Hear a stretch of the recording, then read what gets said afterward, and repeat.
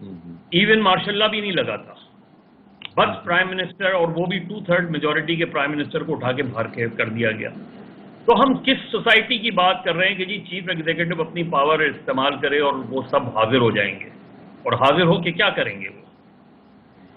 یہ دیکھیے یہ چیزیں، یہ آپ اگر ہم یہ سمجھ رہے ہیں کہ ان 6 ججز کو انصاف مل جائے گا تو مجھے تو بہرحال نظر نہیں آتا کہ انہیں انصاف مل جائے گا.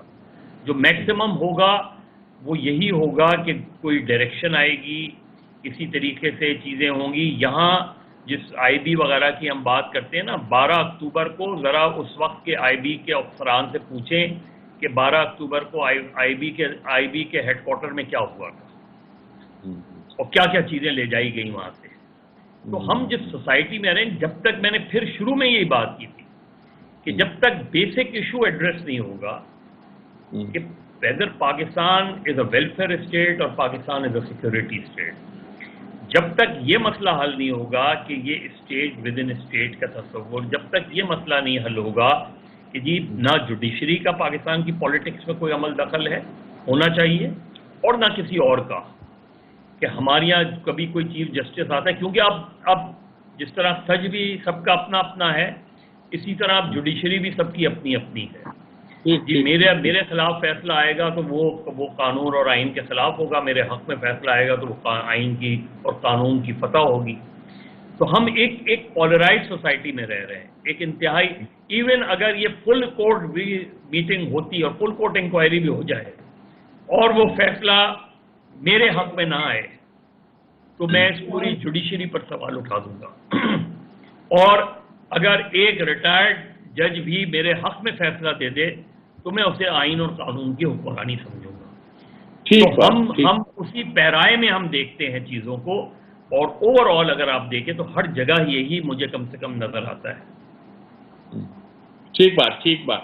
طاہر ملک صاحب، بات تو دیکھیں، یہ بات تو درست ہے کہ ہم نے ریاست اور معاشرے کا ایسی تیسی کر کے رکھ دی ہے. جی آپ کی بات بھی کوئی غلط نہیں ہے، بدر عباس صاحب نے کہی ہے، لیکن اس کا آگے کا حل کیا ہے؟ کیسے ہم اس پورے واقعے سے کچھ نکلتا نظر آتا ہے آپ کو؟ یہاں ہم مایوس ہو کے بیٹھ گئے کہ یہ بدر عباس صاحب کہتے ہیں کچھ سوالات تو اٹھائے جائیں گے نا. جی سوالات اٹھیں گے، ہمارے سامنے آئیں گے، کم از کم لوگوں کے نظر میں تو بہت سی باتیں آئیں گی جو چھپی ہوئی ہیں.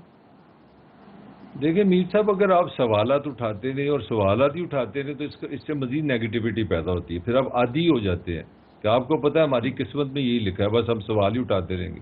اور وہ سوال اٹھا لے، اب وہ بھی فیشن کم ہوتا جا رہا ہے. یہ کوئی مدر ٹائپ 2-4 ہی جرنلسٹ رہ گئے یہ جو بات کر دیتے ہیں کہ یہ اسٹیٹ ود ان اسٹیٹ ہے، باقیوں نے یہ بھی کہنا چھوڑ دیا کیونکہ ان کو طرح زیادہ چیز ہے. یہ آپ چھوڑ دیں کہ سوال اٹھائے جائیں گے. سوسائٹی تب آگے جاتی ہے جب سوسائٹی کے اندر ایک چیز اسٹیبلش ہو جائے ریاست کے اندر کہ جو چیز غلط ہے اس کی سزا ملے گی. جب تک آپ اس کو پنش نہیں کریں گے، جب تک وہ غلط چیز کو آپ غلط کہہ کے اس کی سرجری نہیں کریں گے، سوالوں سے کوئی فرق نہیں پڑتا. I don't by this. میرا نہیں خیال اس سے کوئی فرق پڑے گا، بلکہ اس سے ری انفورسمنٹ ہوگی کہ پاور از پاور. میرے خیال میں جو سب سے بڑا فلا ہے پاکستان کا، اسی لیے میں آپ کے اس سوال کی طرف آتا ہی نہیں ہوں جو ججز کو کس طرح بھرتی کیا جائے. دیکھیں جسم کے ایک پورا جسم کا ایک سٹرکچر ہے، اسی طرح ریاست کا ایک سٹرکچر ہے. اگر آپ میرا دماغ خالی کر دیں، دماغ کا مجھے استعمال نہ کرنے دیں، اور مجھے آپ کہیں کہ میں ہاتھوں سے، پاؤں سے اور پیٹ سے اور باقی جسم کے اعضاء سے اپنے آپ کو چلاؤں تو نہیں ہو سکتا. میرا جو دماغ ہے نا، میرا جو سر ہے، وہ میری پارلیمان ہے. تو مجھے آپ بتا دیں کہ فلا سب سے بڑا کیا ہے؟ پارلیمان لیڈ ہی نہیں کرتی. مطلب میں حیران ہوں، پارلیمان میں کوئی مجھے 10-15 سال سے 25 سال میں ایک ایشو بتا دیں. اور پاکستان دنیا کا سب سے زیادہ بریکنگ نیوز پروڈیوس کرنے والا ملک ہے. دنیا میں 25 سال میں خبر نہیں آتی، یہاں 25 منٹ میں 25 خبریں آ جاتی ہیں. اتنی بڑی خبریں ہم نے غور ہی نہیں کرتے. تو جب تک آپ پولیٹیکل پارٹی کی اسٹڈی کریں، میرا خیال ہے یہ اشخاص کی پارٹی ہیں، ہمیں مار پاڑی ہے سب سے زیادہ پولیٹیکل پروسیس کی. ہمیں جب تک ہم پولیٹیکل آرگنائزیشن نہیں سیکھیں گے، ہماری پولیٹیکل پارٹیز کے اندر ڈیموکریٹک پروسیس نہیں آئے گا، ہم پارلیمان کے لیے صحیح لوگ نہیں پروڈیوس کر سکتے. میرا خیال ہے ہمارا مسئلہ لیڈرشپ کا ہے. اور میرا نہیں خیال ان حالات میں عمران، نواز، زرداری، ان میں کسی کے پاس وہ پولیٹیکل آرگنائزیشن ہے جس سے یہ پاکستان کو اس مسئلے سے نکال سکیں. لہٰذا یہ جتنے بھی آپ سوال اٹھائیں گے وہ ری انفورسمنٹ ہوگی، اسٹیٹس کو جیتے گا. ٹھیک بات. جی مجاہد ولی صاحب یہ کہتے ہیں ہم کچھ نہیں کر سکتے، اسٹیٹس کو ایسے کا ایسے رہے گا، سیاسی جماعتیں کچھ نہیں کر پاتی، ان میں کیپیسٹی نہیں ہے. اور اسٹیٹ ود ان اسٹیٹ تو ہے، طاقت اسی کے پاس ہے، وہی سب کچھ کرتی ہے. اور ہم اب کیا اس پہ بحث کریں کہ ججز کی تقرری یوں کرو یا وہ کرو؟ کیا کہیں گے آپ سر؟ لیکن میرے دونوں دوستوں نے بالکل جامع بات کہہ دی. جو مدن نے کہا اسٹیٹ ود ان اسٹیٹ، اور ملک صاحب نے کہا پارلیمنٹ ربر اسٹیمپ سوائے ان کے الاؤنس سے تنخواہوں کے علاوہ کچھ ہے نہیں ان کا. وہ پنجاب کی وزیر اعلیٰ ہوئی دنیا، وہ بتاتی پڑی 277 کروڑ کے 2,77 کروڑ کے ٹائر ہی لے لیے. ایک طرف بھیک مانگ رہے جو آئی ایم سے، اور ٹائر لے رہی ہیں گاڑیوں کے. یہ تو آپ کی اسٹیٹ کا حال ہے. آپ کہہ رہے وہ ججز نے کیا کر دیا، بار بار کے ججز کی تقرری. بھائی بات میں نے آپ سے پھر وہی سمپلیفائی کی. انہوں نے سیدھا الزام لگایا، نام لیے باقاعدہ، کہ ان ایجنسیوں کے، ان اداروں کے، ان افسروں نے یہ کیا.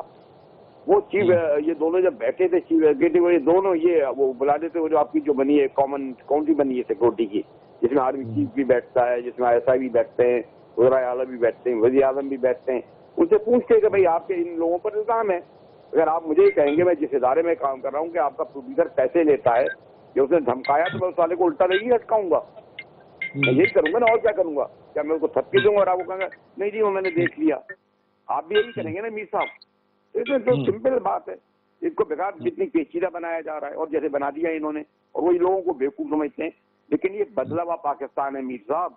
لوگوں کا خوف ختم ہو چکا ہے.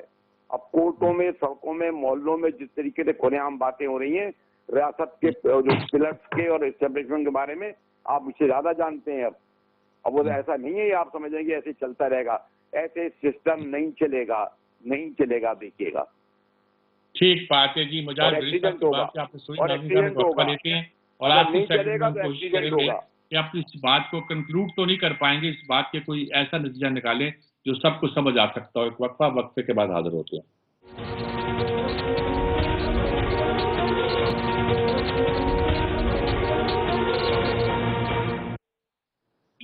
جی ناظرین کرام، آپ نے گفتگو سنی جی. ہم کسی نتیجے پہ تو نہیں پہنچ پائے، لیکن ہم نے بہت سے سوالات اٹھا لیے جی. بہت سارے ایشوز زندہ ہو گئے. مطلب عباس صاحب نے ٹھیک بات کہی تھی. اب سوال یہ ہے کہ اس پارا جو پنڈورا باکس کھل گیا ہے، اس کے نتیجے کے طور پر ہمیں کیا ہوتا ہوا دکھائی دیتا ہے، اور ہم کس نتیجے تک پہنچنا ہمارا امکان میں ہے یا ہمیں نظر آتا ہے. ماضی کی مثالیں ہمارے پاس ہیں جی. کمیشن بنتے تھے، ٹھپ ہو کے رہ جاتے تھے. ایسے بھی مثالیں ہیں جی کہ کمیشن جو ہے حاضر سروس کا بنایا جائے کہ یہاں ریٹائرڈ جج کا بنایا جائے، اس سے کیا فرق پڑتا ہے، یہ بھی سوال اٹھتے ہیں. پارلیمنٹ ایکٹ نہیں کرتی، اسٹیٹ ود ان اسٹیٹ موجود ہے، ججز کی تقرری ٹھیک نہیں ہوتی. لیکن اس پورے جو بحث اب شروع ہو گئی ہے، اور بہت سے لوگوں نے یا تو اس کے لیے یا کچھ بھی کہہ لیجیے، اس کا نتیجہ کیا نکل سکتا ہے، اس کے بارے میں کیا مجھے سمجھ نہیں آتی کیا کہ مدن عباس صاحب کچھ آپ تو بڑی وضاحت کے ساتھ آپ نے باتیں کی ہیں، لیکن اب آخر میں کیا نتیجے پہنچے، کیا کچھ ہونے والا ہے اس کے؟ بہت سے ایشو تو کھڑے ہو گئے ہیں.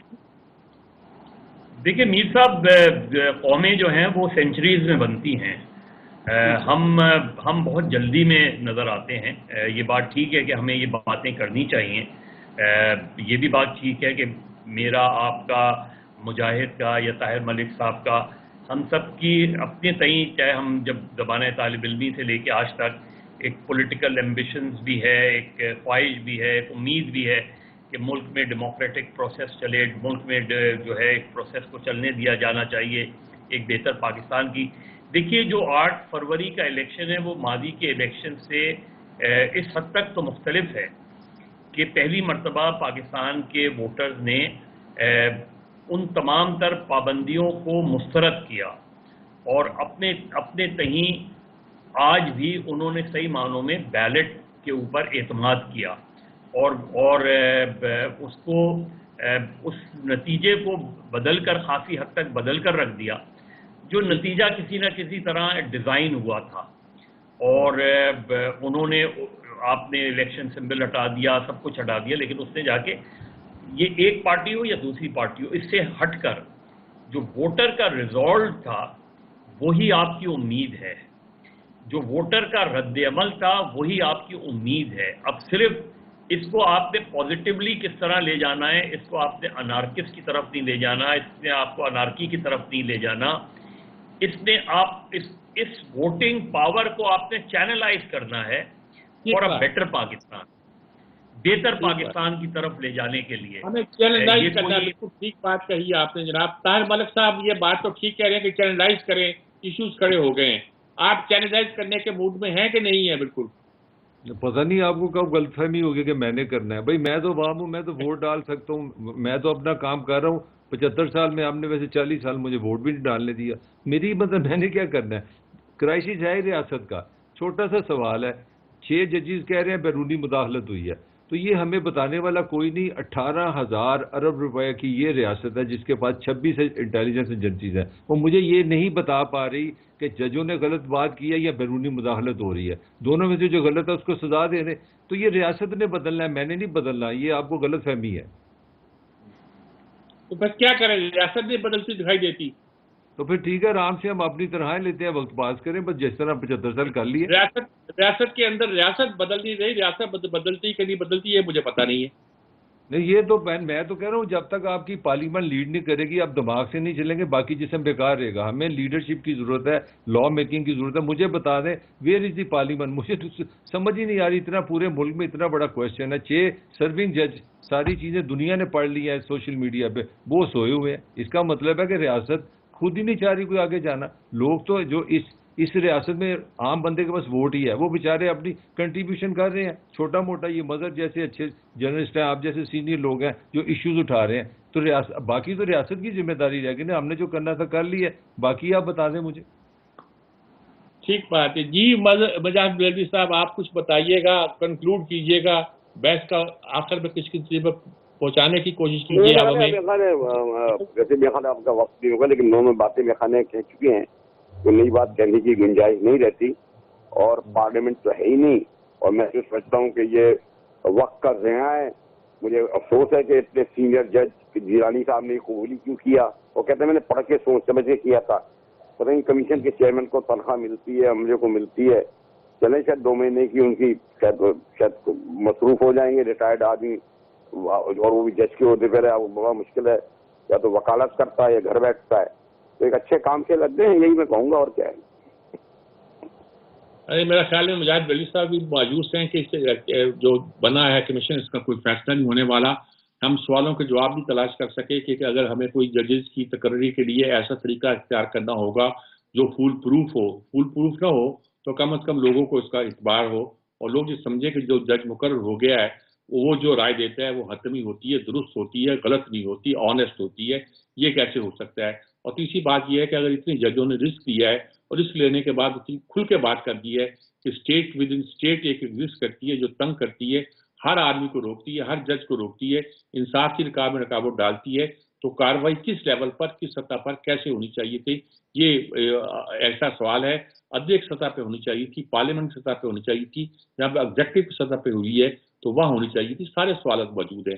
اور ایک سوال چھوٹا سا میں نے ایسے کر دیا تھا کہ جب شوکت عزیز صدیقی کا مسئلہ آیا تھا, میں نے شاید عزیز صدیقی کہہ دیا تھا, شوکت عزیز صدیقی کا مسئلہ آیا تھا, تو اس وقت ہم شاید اتنا نہیں بول پائے تھے.